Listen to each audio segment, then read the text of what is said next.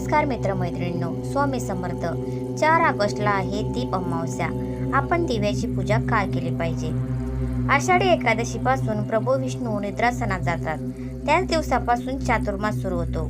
चातुर्मास सुरू झाल्यानंतर पहिली अमावस्या म्हणून आषाढ अमावस्या अर्थातच दीप अमावस्या साजरी केली जाते. यंदा दीप अमावस्या 4 ऑगस्टला साजरी केली जाणार आहे. यंदा श्रावण महिना 5 ऑगस्टला सुरू होणार आहे. त्यामुळे आदल्या दिवशी 4 ऑगस्टला ही दीप अमावस्या मोठ्या उत्साहात साजरी केली जाणार आहे. या अमावस्येला दर्श अमावस्या तसेच काही गटारी अमावस्या म्हणूनही ओळखतात. या दिवशी दीप पूजन करून आगामी श्रावण महिन्याच्या स्वागताची तयारी केली जाते. अंधारातून प्रकाशाच्या वाटेवर नेणारा दिवा हा मांगल्याचं प्रतीक आहे. त्यामुळे अनेक चांगल्या वाईट प्रसंगामध्ये आपल्या संस्कृतीत दिव्याला विशेष महत्त्व आहे.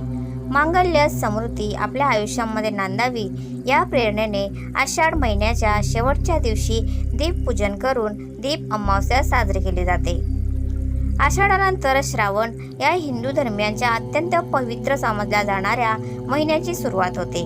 पावसाळ्यात कमजोर झालेल्या पचनक्रियेला देखील चालना देण्यासाठी मजबूत करण्यासाठी ही दीप अमावस्या दिव्यांच्या माध्यमातून प्रेरणा देऊन जाते. आता आपण पाहूया आषाढ अमावस्येला काय करावे. घरातील दिव्यांना दूध पाण्याने धुवून स्वच्छ करावेत. पाटावर वस्त्र घालून त्यावर दिवे ठेवावेत. त्यांची पूजा करावी. आजपासूनच पत्रीचे महत्त्व सुरू होते. आघाडा, दुर्वा, पिवळी फुले यांनी दिव्यांची पूजा करावी. गोडाचा नैवेद्य अर्पण करावा. आपल्या घरातील लहान मुलाचे औक्षण करून दुर्वा ही वंश वृद्धीचे प्रतीक आहे. त्यामुळे तेही अर्पण करून प्रार्थना करावी. या दिवशी सुवासिनी स्त्रिया घरातले दिवे घासून पुसून एकत्र मांडतात. त्याच्या भोवती रांगोळ्या घालतात व ते दिवे प्रज्वलित करून त्याची पूजा केली जाते. पूजेमध्ये पक्वान्नांना महानैवेद्य दाखवला जातो. त्याचवेळी पुढील मंत्राने दिव्याची प्रार्थना करतात. ती प्रार्थना अशी: दीप सूर्याग्निरूपस्तव तेजसा तेज उत्तमम गृहाणा मत्कृतः पूजा सर्व काम प्रदभव. अर्थात, हे दीपा, तू सूर्यरूप व अग्निरूप आहेस. तेजामध्ये तू उत्तम तेज आहेस. माझ्या पूजेचा तू स्वीकार कर आणि माझ्या सर्व इच्छा पूर्ण कर. दीप अमावस्या किंवा आषाढी अमावस्या या दिवशी शंकराचे, पार्वतीचे आणि कार्तिकेचे पूजन करतात. काही ठिकाणी व्रत देखील ठेवले जाते. या दिवशी तुळशीच्या किंवा पिंपळाच्या झाडाला 108 प्रदक्षिणा देखील घातल्या जातात. तसेच या दीप अमावस्येच्या दिवशी पितरांना तर्पण देऊन पुरणाचा नैवेद्य देखील दाखवला जातो. असे केल्याने आपले पितर प्रसन्न होतात आणि आपल्या घरात सुख समृद्धी येते अशी मान्यता आहे. गरुड पुराणानुसार जर आषाढ अमावस्येचे आपण व्रत केले, पूजा केली तर सर्व प्रकारच्या दोषांपासून आपल्याला मुक्ती मिळते. या दिवशी दान देखील केले जाते. जर आपण आपल्या पूर्वजांचे नावाने दान केले तर ते देखील शुभ मानतात. या दिवशी व्रत केल्याने किंवा उपवास ठेवल्याने आपल्या पूर्वजांच्या आत्म्याला शांती लाभते. या दिवशी तुळशीचे, पिंपळाचं, केळी, लिंबू या झाडांची रोपटे देखील लावली जातात. त्याने आपला ग्रह दोष शांत होऊ शकतो असे म्हणतात.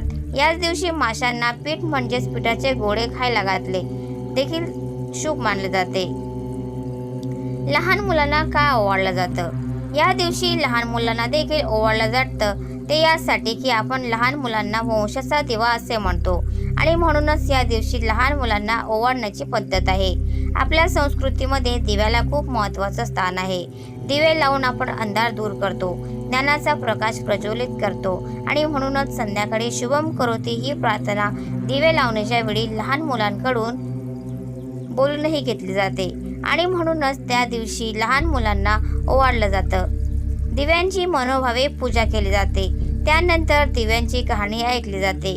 आयुरारोग्य व लक्ष्मी यांची फलदायी यामुळे होते असं धार्मिक ग्रंथात सांगितलं आहे.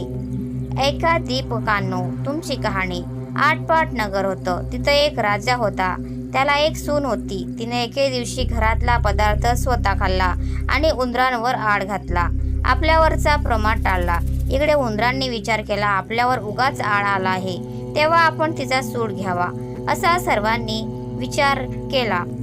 त्यांनी रात्री तिची चोळी पाहुण्यांच्या अंथरुणात नेऊन टाकली. दुसऱ्या दिवशी हिची फजिती झाली.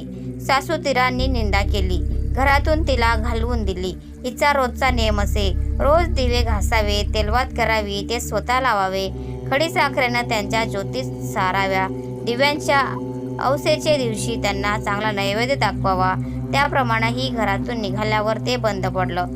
पुढे ह्या औसेच्या दिवशी राजा शिकार घेऊन येत होता. एका झाडाखाली मुक्कामास उतरला. तिथे त्याच्या दृष्टीस एक चमत्कार पडला.